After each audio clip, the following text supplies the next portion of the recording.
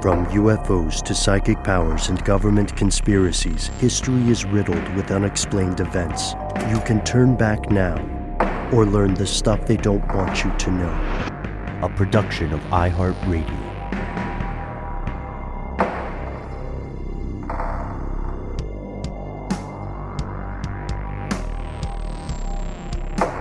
Hello, welcome back to the show. My name is Matt. My name is Noel. Our compatriot Ben is away on adventures, what he would call adventures, and we would concur are in fact adventures. And that makes this a slightly different version of stuff they don't want you to know. It feels weird. Yeah, always does when Ben is gone. But hey, guess what? As always, we're joined by our super producer, Paul Mission Control Decant. You are still you, and you're apparently right here. So that makes this stuff they don't want you to know. Can I still be me? Don't answer that. Let's put a pin in that one. Okay. This is fun, though. We've done this before when Ben's been away on adventures, where this is not a typical day of the week where you would normally hear our listener mail episode, but you know what?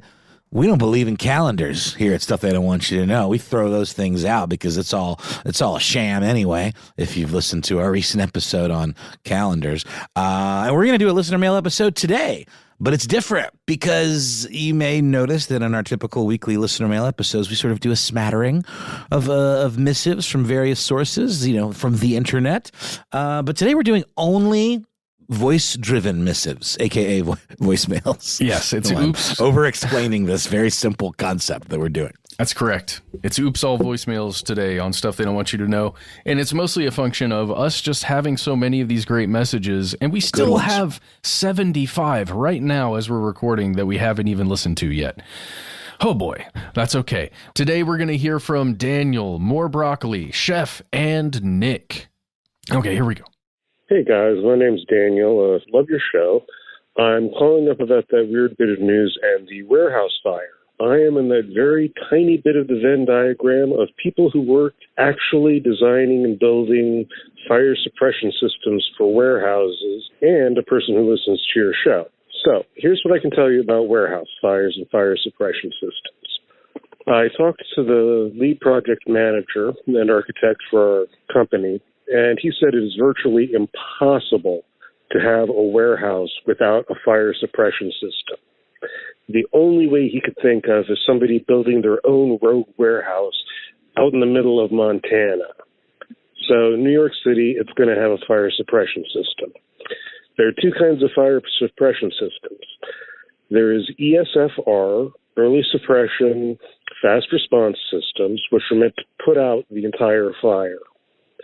Then there's non-ESFR. Those are meant to contain the fire until the firemen show up. Now, it's not to say that an ESFR system will always put out the fire, and it's not to say that a non-ESFR fire system won't put out a fire. It just depends.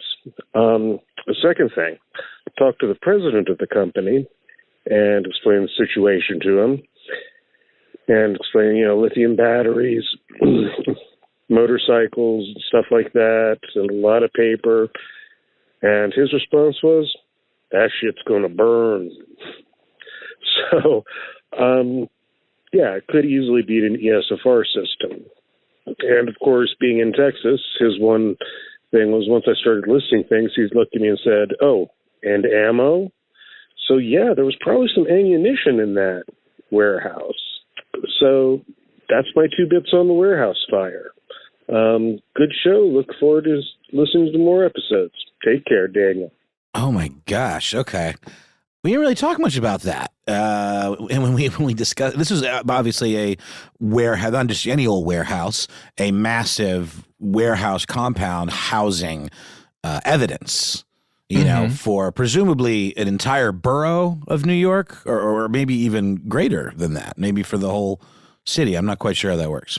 Yes, this is a story we did on Strange News about a very large warehouse in New York that burned.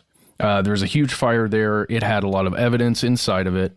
it was run or owned, I guess, by a company called Erie Basin Marine Associates. That's the whole warehouse itself. And then the police department used some portion of that to store evidence. Meaning they're like leasing it from the owners? I suppose so. Yeah, they were leasing it. The landlord was Erie Basin Marine Associates. Got it.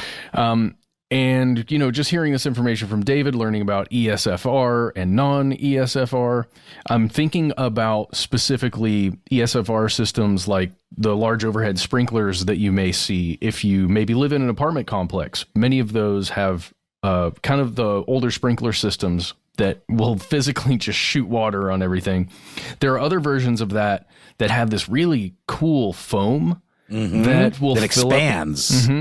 Which some of that foam, by the way, we've talked about it before on this show, has some of those PFAS chemicals in it.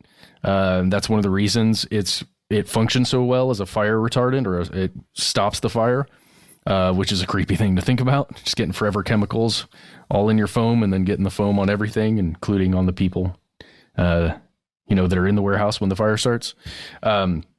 But those would make total sense, and it feels like either of those systems would have stopped that fire, really, no matter what was burning in there, or at least slowed it down enough to where the, as David said, the fire department gets there, then puts the fire out. But it doesn't seem like anything happened. And then, guys, I found some reporting from the I-Team at Channel 4 NBC in New York.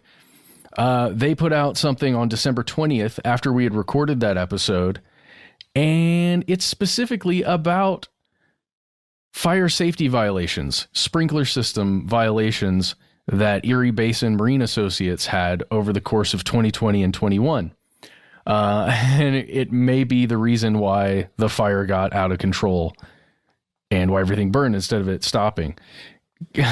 Listen to this, Noel. They had at least 17 fire safety infractions in 2020 and 2021. So that's failure to test, inspect, or certify sprinkler systems. Yeah. So a little bit more on the negligent tip than perhaps the conspiratorial, it was an inside job tip. But I also, when looking this up, because I'm fascinated too, because in my head, I was also thinking about what about firewalls, like things that separate different areas of a building and make it where, like compartments on the Titanic, which obviously those didn't work really well either. But the idea is to keep the fire from spreading. But then you picture a warehouse, it's all pretty open usually with like pallet racks and things like that stacking, upward. But then you picture, again, I'm thinking about like Assault on Precinct 13, Breaking Bad, and, heists and things I've seen around police departments.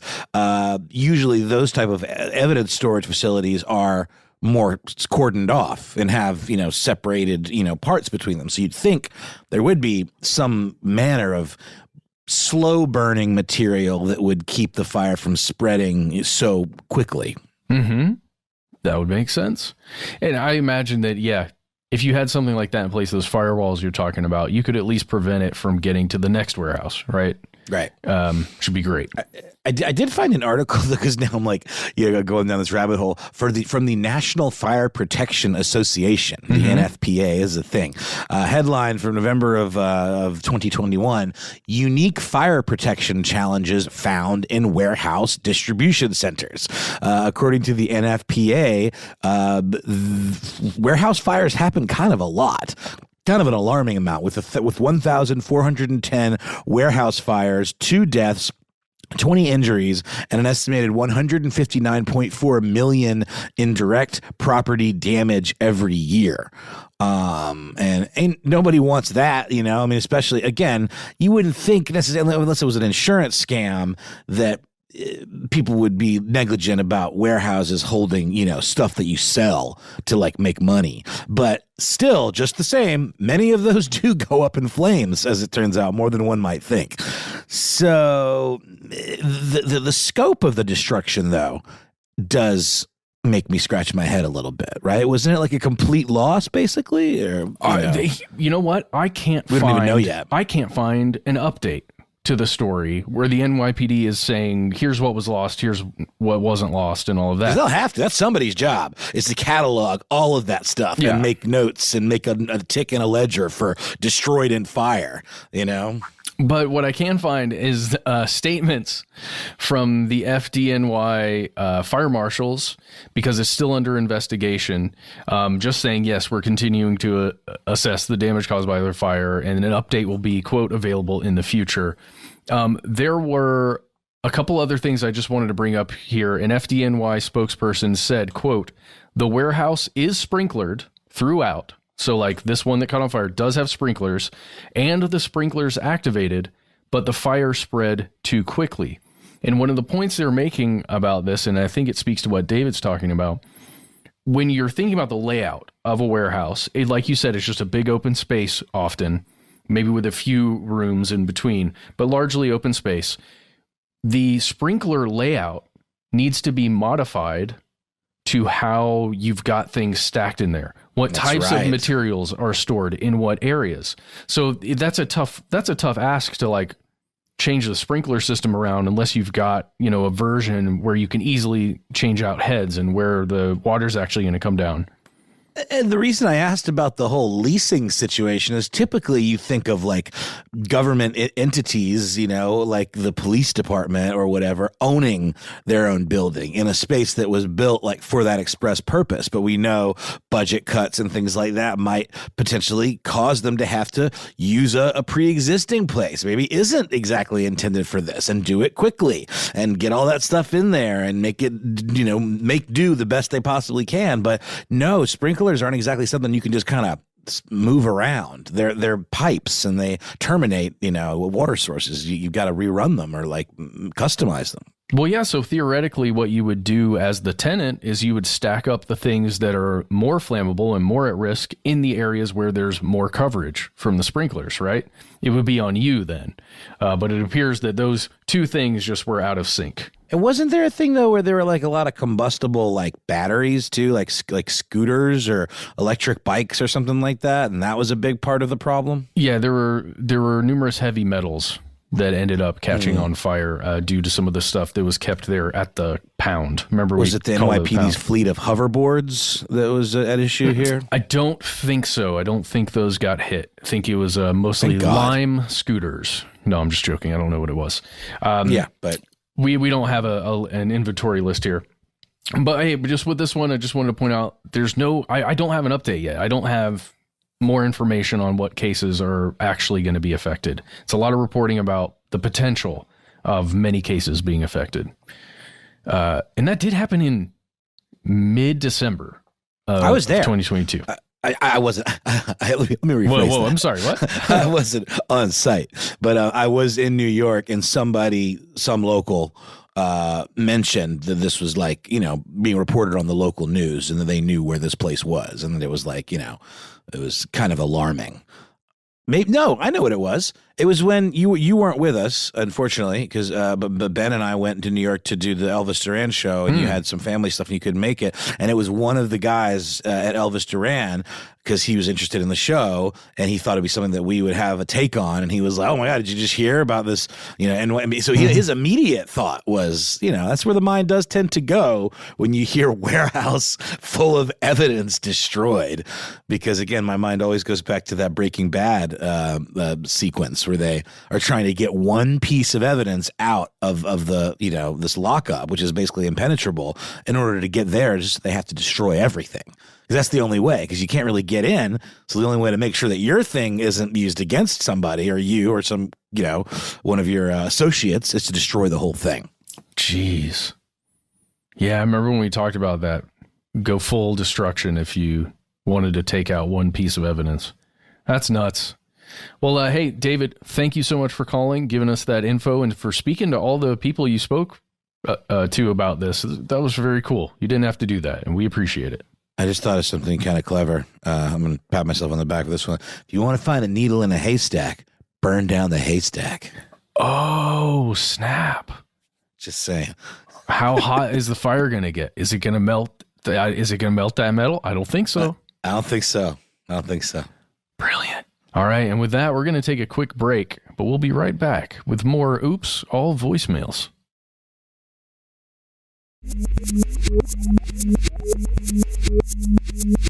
And we're back with more Oops, I left a voicemail. Yes, we are. Okay. we definitely are, Brittany. And here we go. Is this a Britney story? It's not at all. Yeah, sorry. I want to learn about this tomato experiment. It's the famous tomato, the Maslow tomato experiments of 1937. Yes. No, more like of 1991. But yeah, let's get right to it. This is fun. Hey guys, it's more broccoli calling you.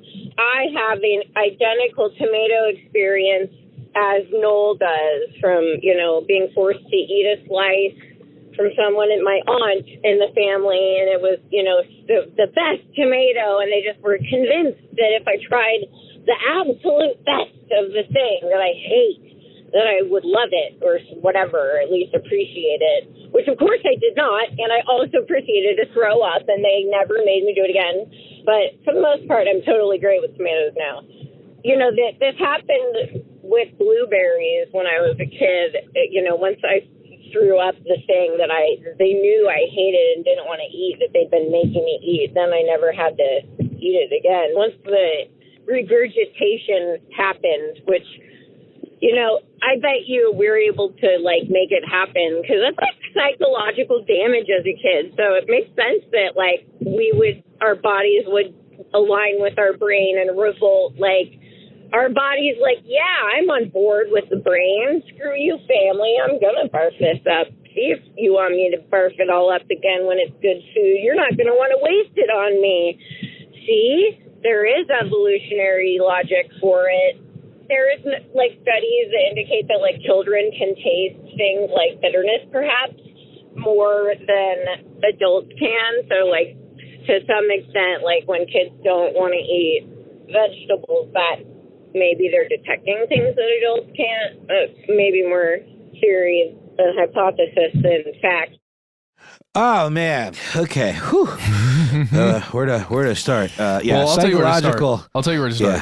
Yeah. That is More Broccoli, aka Stephanie, and I hear her voice more than most other people on our voicemail machine. So shout out to you, More Broccoli. Oh, I think she's called in before, if I'm not mistaken. Oh yeah. We hear from More Broccoli all the time. She calls in probably more than anybody else out there. There are a few of you, you know who you are, call in a lot. But this is the... Except you, Anon. You don't know who you are yet. But she's called in. This is the third or fourth time we've used More Broccoli on the air. All right. Thank you, More Broccoli, for sharing your trauma with me, because you're right. It was psychologically traumatic because as you know, anytime, being forced to eat something that your body and your brain are literally recoiling from, is not good. It can be a real shock to the system. And it is such a parental I know best thing to say, no, this is the best one of this. And therefore you will instantly change your perspective if you just listen to me and do the thing. And I'm the first to say that as a parent, with a picky eater for a kid, I think that way too sometimes. And it's just not how it works because, different people have different sensitivities to texture, for example. Sometimes it's not even about taste. It's about texture, or it's about if something's too squishy or if it's too whatever, any of these kind of adjectives like mealy, that one grosses me out too. I think it's overwhelmingly about texture. And I still have some of that, some aversions to certain things in foods because of what the texture is like. But it is very interesting how that texture preference changes as you travel throughout the world and go to different parts of the world, and then completely different textures are normalized, and then other ones that I really like are weird as heck. But also it's weird, my kid doesn't like creamy sauces, for example, on pasta, but likes macaroni and cheese. What could be a creamier sauce than Kraft macaroni and cheese, or even she prefers the kind that comes out of the bag, the Velveeta, the shells, the kind that's pre-mixed in this bizarre creamy paste. That's a gloop. It's a gloop, but my point is though, a lot of it is framed by psychology. A lot of it is framed by like how you interpret the thing. You know, it's like some people only like food if it's in a certain shape, like if it's in a quesadilla versus if it's in just a bowl on its own. You know, you need some kind of wrapper, and I think that's true of a lot of things. Like, not to be too much of a stretch, but like even ideas. You know, it's a lot easier to accept something if it's kind of wrapped in like a nice pastry shell. You know, like actually we talked about this the other day in our episode about helping people, kind of talk to folks with very, very differing opinions, is that sometimes you got to sneak those veggies in the conversation in order to get the nutrients needed to the person who is just already pre-decided they don't want them. But this call from more broccoli also made me think about just how taste buds and our sense of taste is also a product of evolution too, because as we've evolved, it's like taste is much more of a luxury than it is like a way of detecting bad. This will kill you, So now it's like, ew, that's icky because it tastes like broccoli or whatever, instead of like, oh, I taste an herb or some sort of ingredient or substance that if I eat too much of it, it will kill me. So it's like taste, like any sense, it's kind of been repurposed in a lot of ways. And now, as you get older, you lose some taste buds, and your taste buds maybe get a little duller. But we kind of feed them in different ways. Like when you get older, you might lose your sweet tooth, but you might really, really like kimchi or something that, maybe a small child might just be too overwhelming, in terms of the kind of funky spiciness of it all. And then when you get older, you crave that. But I like your cultural perspective on this too, Matt. I'd love to explore that a little deeper, because in Korea, I'm sure they feed small kids kimchi, and it's all just about acclimating, like from an early age and what you get used to. In America, we feed kids pablum and kind of flavorless crap. Yeah. I mean, many times it becomes, oh, I'm sorry, kid, you don't like the way that tastes? We don't have any other food, so... Yeah, exactly. Don't eat, I guess, until you're ready to eat the raw tomatoes. Yeah, that's right. So you really have a raw tomato thing?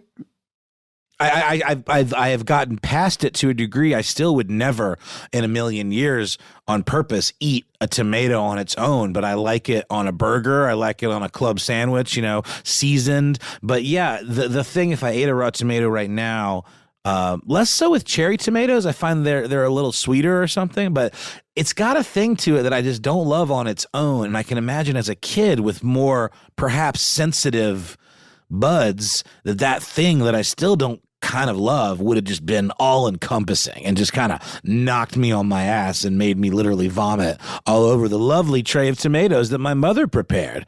The best of the season. Yeah, whatever, Mom. Seems like too many tomatoes. Yeah, it was a platter. I didn't like the look of them either. I don't know, man. Tomatoes have always kind of weird, but I love and always have, and same with like kids. Spaghetti.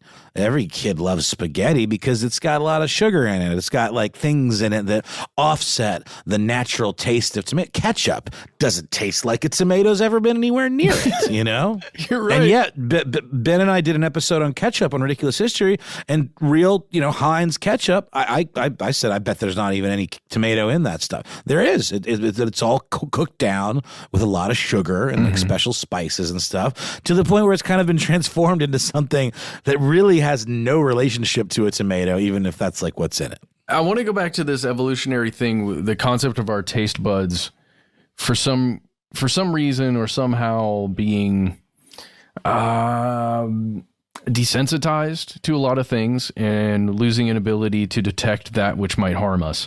I'm just thinking about the stuff that ends up in many of our processed foods that we consume on a regular basis, in many of even the fresh foods. If you think about instances of high levels of mercury within specific types of fish, right? Sure. Or when there were those massive oil spills and people were still eating Gulf shrimp that were coming out of the from the bottom of the ocean, where all that stuff that the dispersant and the oil was all just on the bottom where all of the crustaceans were hanging out. And I don't know, it weirds me out because I can't tell you. Not to mention microplastics and things like. Oh yeah, and the forever chemicals.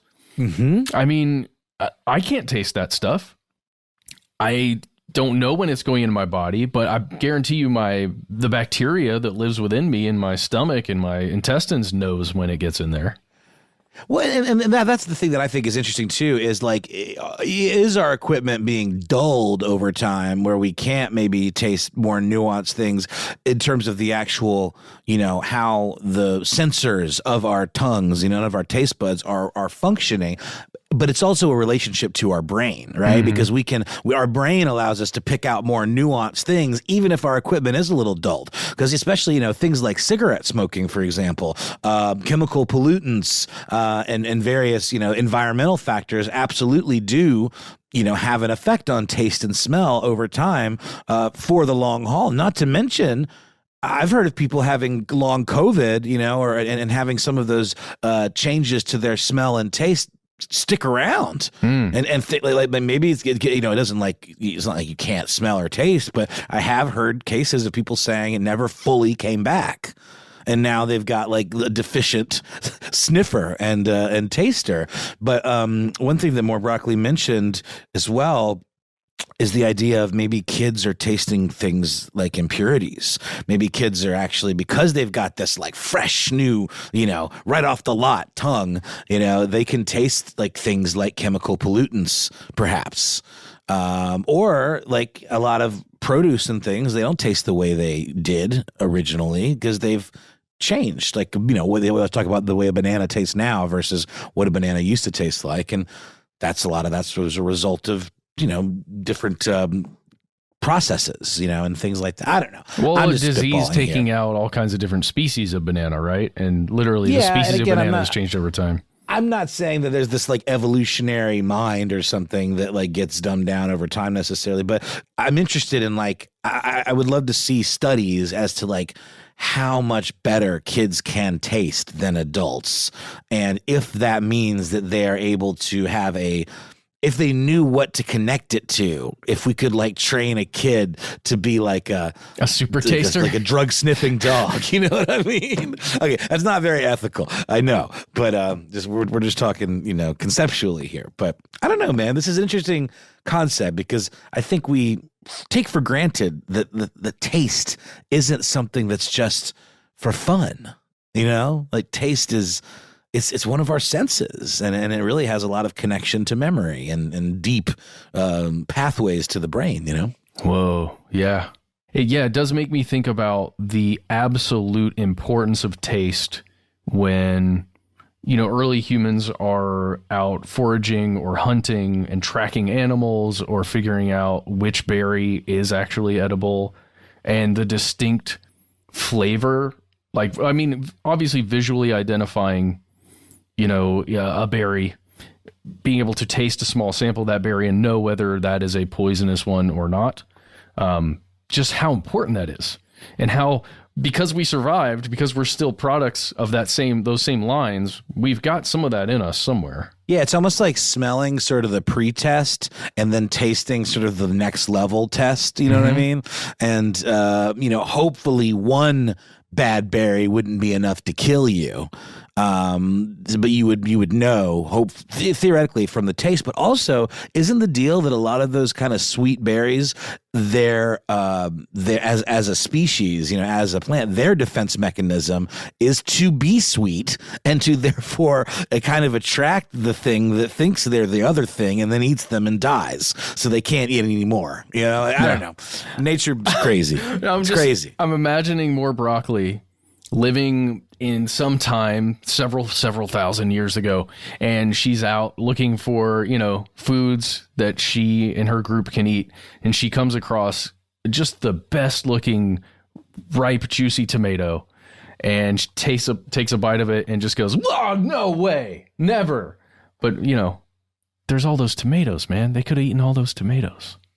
And I'm off my tree as we're talking about agriculture here, because I was exactly the opposite. It would be more the color that would attract an animal to a poisonous berry. But typically, berries that are sweet are not toxic, and berries that are really bitter or like have a taste that is unpleasant in some way are toxic.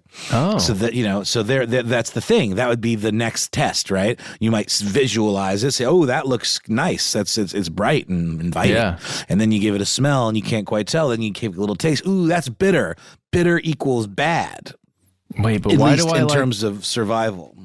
How did cranberries end up writing that line just so perfectly?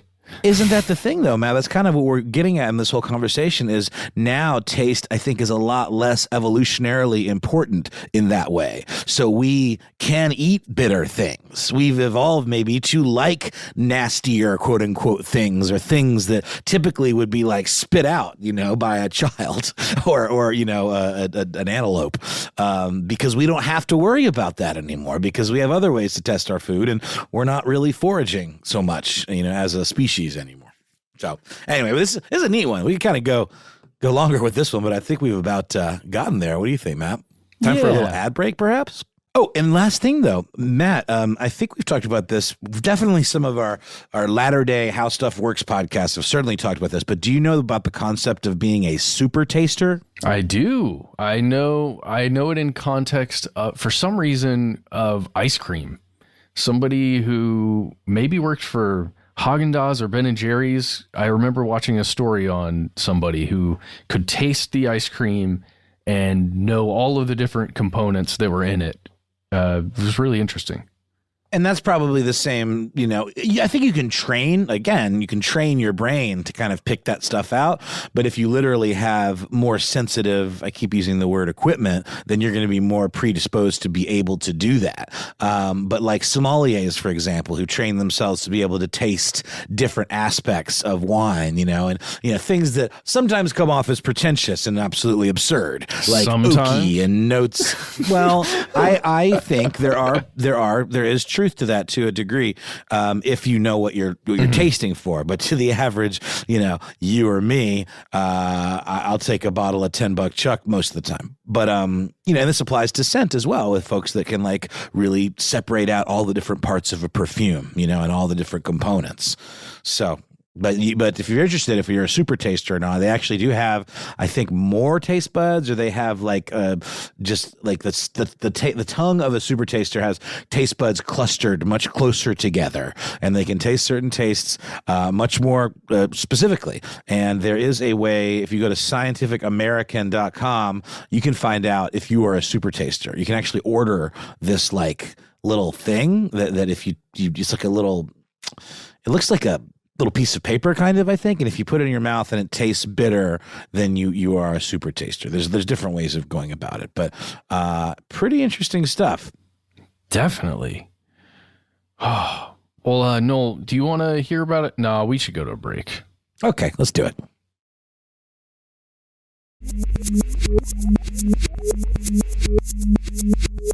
We're back, and we are jumping to a message from Chef. Hey guys, what's up? This is Chef. I recently listened to your classic episode about pyramids. Really, really, really cool stuff. I really enjoyed it. Something that you guys didn't touch on, and maybe you know about it, maybe you don't, but the Azores Islands, part of Portugal, it's out in the Atlantic. There are underwater pyramids and above land pyramids that looks like they were pretty hard to make. There was a guy who was researching them, and he got a bunch of money from the government, and then the government shut him down. There's an underwater pyramid thing, and even some people are saying that it might be like to do with the legend of Atlantis. I don't know. It's something to check out, the Azores Islands, and there's just some weird stuff going on there. I hope you guys are having a great day. Love your show. Brings me so much joy, and yeah, it's just nice to hear some cool guys talking about cool stuff. Peace out. Man, I love Chef's enthusiasm for life. It's infectious, like some sort of pleasant plague. No, it's really good. It's really good. It puts a smile on my face. Thank you for calling in and saying those things. Yeah, no, it's absolutely infectious, like some sort of delightful plague. No, I mean that with all of love. As do I mean with love when I say I have always heard these particular islands pronounced as the Azores, and I think I probably only know that from like watching shows about rich people talking about going on vacation.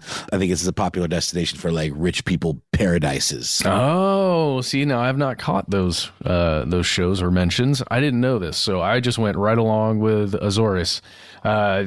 I know I've seen it written as the Azorean Regional Government. So the way it's written, it makes it feel more like it's Azores to me. Yeah, and it could be that I'm just pronouncing it the way all these jerky rich folks do, and that they're wrong. So who's to say? But man, maybe you somebody had who me lives at underwater.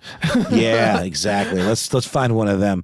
But you had me at underwater pyramids. Yes, underwater structures of any kind kind of freak me out and fascinate me.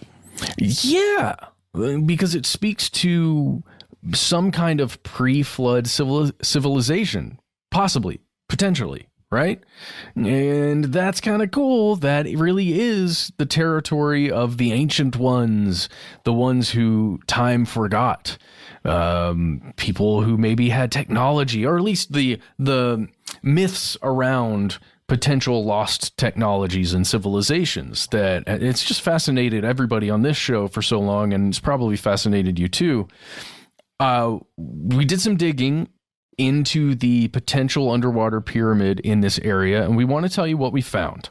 So, back in 2014, there were several, and 2013 actually, there were several articles posted about a man who had taken his boat out to this area in the Azores and was looking for potential fishing areas, I guess, like looking at the bottom of the sea, the depth, right, to see where there are potential fishing spots and to get other information just about the geology of that area. And this person saw some weird stuff through the technology where you're actually scanning the bottom of the ocean there and you're looking at elevation. He found a thing that if you look at the picture and the readout, it looks like a pyramid that is submerged underwater, like 60 meters down. And it's got that kind of diamond shape with the four corners, and it appears that two of the corners are oriented north and south, the way the pyramids, the Great Pyramids of Giza, are oriented, and other pyramids that are found across the planet. So if you're just looking at that image of what he saw on the technology he was using to scan the seafloor, you'd think maybe this guy found a pyramid down at the bottom of the sea. So he went on the local news there and told his story. You can find a video of that at surfertoday.com. They've got an embedded video where you can actually watch this person. His last name is Silva, and he's speaking to some local reporter and going over the footage. You can look at it. It does appear that there was a lot of interest after this story went out. There's public interest. There's also interest from other groups who, study this stuff all the time. And again, if you just look at the footage, it seems compelling. Noel, did you get a chance to look at that at all, just to see the picture? No, I'm dialing up Surfer Today right now. Okay, that's a still, the one at the top of the divers? No, that's not an actual photo. If you look at that photo, that is a photoshopped some sort thing. of comp. Okay, because that looks really cool. I'm scrolling through it, and I see the structures as they appear on like what looks like kind of one of those fishing boat radar kind of deals, right? It shows elevation, and you can see that it's, kind of mapping the terrain and showing that there's a structure with a big, flat base that kind of goes up to a point, like a pyramid, because it's 360 degrees. It definitely looks like it, right? From that imagery, if that's all you had, you'd think that could be something. But here's what happened after this news story went out and, others got interested. We can jump to the Portuguese American Journal, which posted something on October 9th, 2013, which pretty unequivocally states, no, this is not an underground pyramid. This is a volcano structure that this person saw that is known by everybody here. It's between the two large islands, Terceira and São Miguel. And you kind of look at the two pictures of these on a map, and this volcano structure that they're saying is at a depth of about 40 meters, like the top of it, the part that this person saw. It's known. It's been there for a long time. Nothing to see here, basically. So I just want to ask you, what do you think? Do you think there's nothing to see here, Noel? I don't know, man. That Photoshop sure got me going. But see, I think that's what happened. Pyramidal structure found by amateur sailor, not man-made, in Portuguese American Journal. This is from 2013. I mean, there's no follow-up to this. What were you able to find when you dug a little deeper, Matt? This seems like it's not that deep. Can't you just go check it out? Like, where's the mystery remaining? Not you personally, Matt. I'm not expecting you to put on your wetsuit and go check it out, but wouldn't there be underwater photography of it now? It seems like the locals are saying nothing to see here, folks. We already know what this is. Just wondering where is the remaining part that's in question? There's really nothing that's in question to my understanding. I think this is the kind of thing, because of that sensational photo that's at the top of this older article. Like we said, it's from 2014, 2013. It's a stock photo, a couple of stock photos that have been smashed together. It looks like scuba diving photo and a pyramid photo, and they just kind of overlaid them. You see that, you see the headline, underwater pyramid. Your mind goes to all kinds of places, and it's something you want to talk about, something you want to share, and it's something you don't want to get disappointed about. You don't want to be disappointed. Oh, it's a known volcanic mound. That's boring. I want magic. Well, yeah, I do. No, I mean, it's true. I do too. And I think this what we're seeing here in real time is this story kind of morphing into being a story maybe about a potential underwater pyramid, and more a story about like how you do need to kind of check your sources, not you, caller, specifically, but all of us, because you heard me in real time falling for the same thing, because I'm like, wait, is that's awesome? Yes, I'm on board. You see that picture? And now that I'm looking at it even closer, it's not even a very good Photoshop. So it's just we can all be taken in by this stuff. Y'all just kind of heard me being taken in by it. I'm looking now, and there's a really bad textural overlay of like bubbles. Yeah, I mean, it's pretty embarrassing. Yeah, but you know what? Let me be the sacrificial lamb here, because how many days a week do we do this stuff? Do we talk about this stuff? And my brain immediately was like, yeah, underwater pyramids. Let's go. Yeah. Well, I think that's the natural reaction, right? To anybody who grew up with a little bit of mystery being allowed. If you're allowed to take your mind to those places, then underwater pyramids just makes you go, yes, yes. But you have to think about it kind of coldly. The Azores, it's a series of 9 volcanic islands. Okay, this whole area that we're talking about, this is another small volcanic, not quite island yet, but maybe aspires to be an island one day, or maybe was a volcano a long time ago. I don't know the geology behind that particular mound, but it has the same potential as all the other islands to just pop up above water. That's just kind of the boring reality, I guess. It is, but I think this is important, especially on the heels of our, how to be a skeptic episodes. I mean, this stuff really is important. I almost just fell for it again. I saw a picture on Instagram on my phone. Breaking news: a Tibetan monk discovered in a mountain cave in Nepal is now considered the oldest person in the world at 206 years old. I'm like, that's awesome.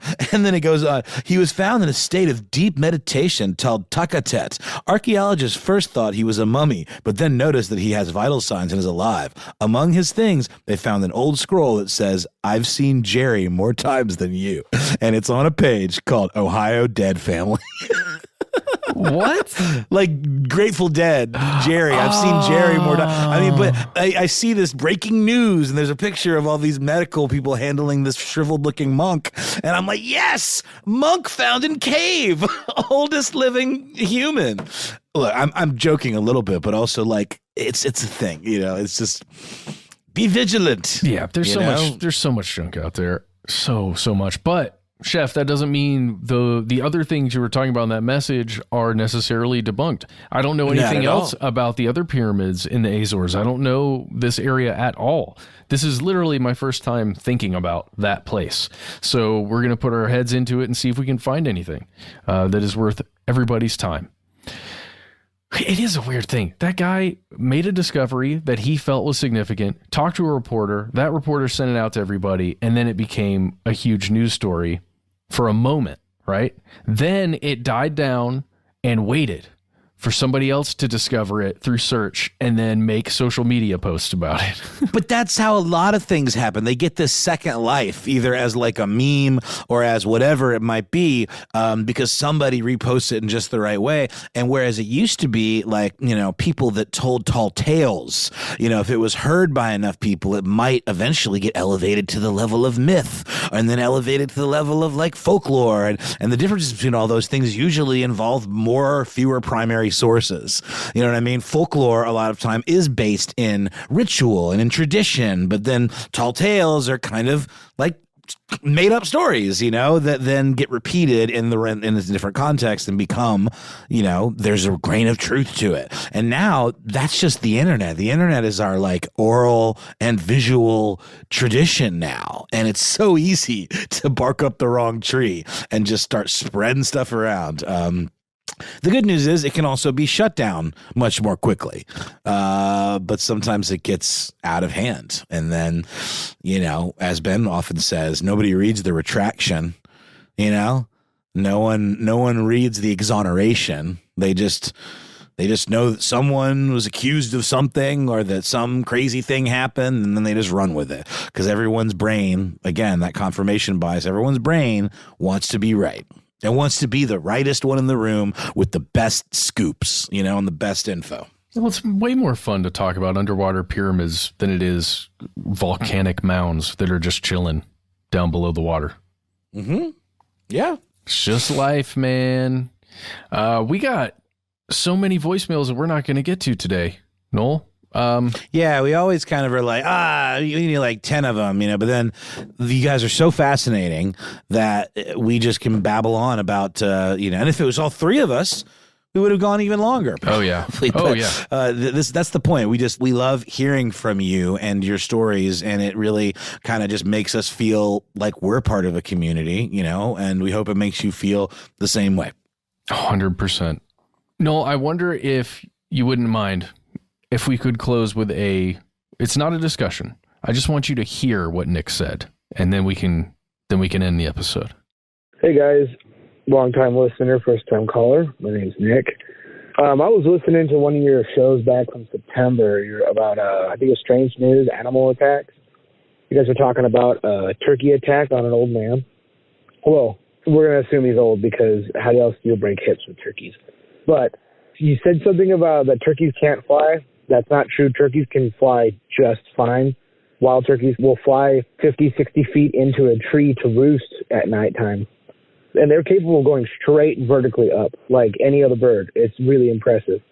And second, when a bunch of males get into a group, you know, they're called jakes when they're young and toms when they're a little bit older, they can get pretty aggressive. And on top of that, they have on the back of each heel, a little bit above their feet, what are called spurs. I don't know if you've ever seen them on a rooster. They're made out of keratin like fingernails, but they're basically a giant knife on the back of their feet. So what they do is they jump up, flap, which is intimidating, but they come down on their enemies, I guess, with their spurs, and they can cut you up pretty good. I know this as a turkey hunter. That's really it.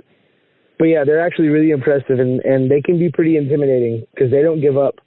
You can kick a turkey, but they'll come right back at you. Like, they're not going to give up. They don't just go away. You're going to have to get away from them. And they're scary, you know, it's a bird.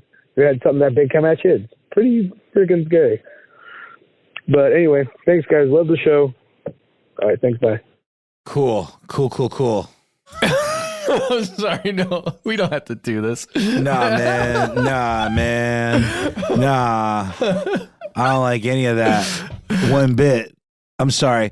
We got knife foot knife rooster turkey guys now coming at me from the trees, dive bombing on me. Oh my God. This is designed for my nightmare. Yeah, man. Also, the groups. I mean, I know we've talked about this, and I'm really only barely playing up my fear here because it's definitely abated over time. Like, I'm not going to like run away from like a bird, but I was once chased by a rooster, and I did not want to be caught. But turkeys are so beefy, man. They're so like, oh, if they can you imagine just getting bombed by a turkey out of a tree with it flipping its knife heels at you? I mean, no, I would go catatonic. Okay, you would have to. I would like, yeah, no. It would take a lot to pull me out of that fugue state. I can tell you. Well, maybe if they didn't think you were a threat, they would cease their attacking, their knifing. I guess maybe I would like to think. I can't say. I would like to think I would just go limp and just play dead. I would probably be dead. I would probably die of shock if that were to happen to me.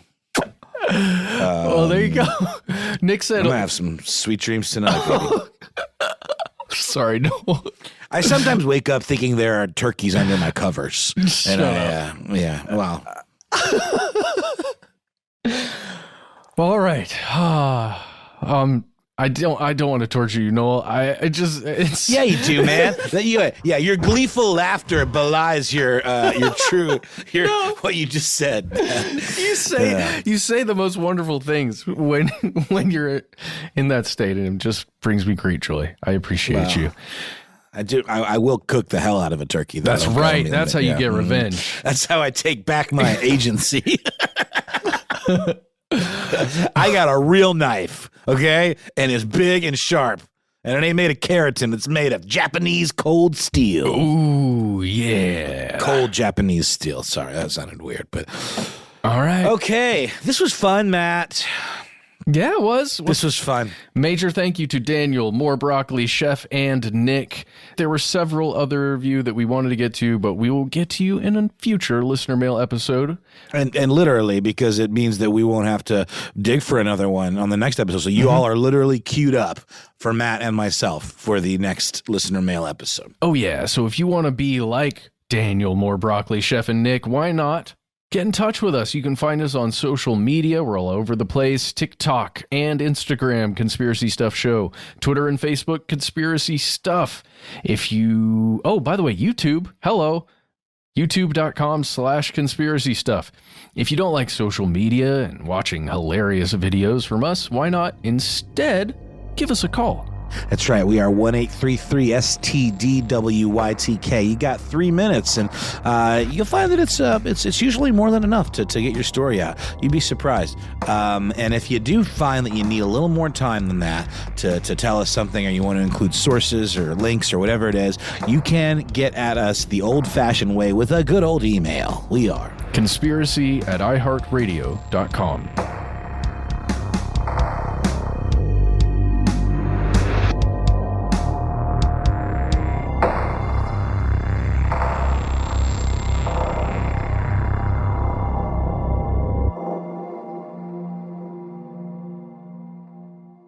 Stuff They Don't Want You to Know is a production of iHeartRadio. For more podcasts from iHeartRadio, visit the iHeartRadio app, Apple Podcasts, or wherever you listen to your favorite shows.